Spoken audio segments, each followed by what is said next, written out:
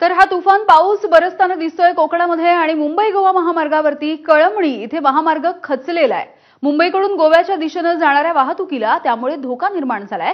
वाळंजवाडी इथे असलेल्या ओढ्यावरच्या पुलाच्या दोन्ही बाजूला कॉन्क्रीटला मोठे तडे गेलेले आहेत आणि रस्ता खचायला सुरुवात झाली आहे। खबरदारी म्हणून स्थानिकांनी महामार्गावरती झाडाच्या फांद्या टाकल्यात। रस्ता खचण्याचा धोका निर्माण झाल्यामुळे वाहतूक तात्काळ बंद करण्याची गरज निर्माण झाली आहे।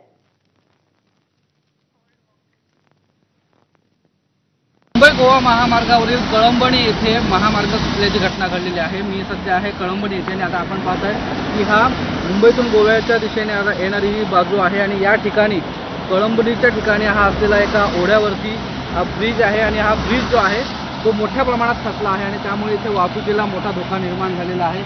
घटना ही 3-4 दिवसामध्ये होती, पण आज रात्रीपासून हे जास्त गेले। पहिलं थोडंसं पॅक होतं, आता हे आज भरपूर गेल्यामुळे आज रस्ता निर्माण तळा वाढत चाललाय। होय होय, इथे धोका आहे। या ठिकाणी कोणी आल्याचं पाहायला मिळत नाहीये। असं असलं तरी सध्याची जी परिस्थिती पाहता या ठिकाणचा जो हा मार्ग आहे हा तात्काळ बंद करणे हे अतिशय आवश्यक बनले आहे। एबीपी माझा, खेड, रत्नागिरी।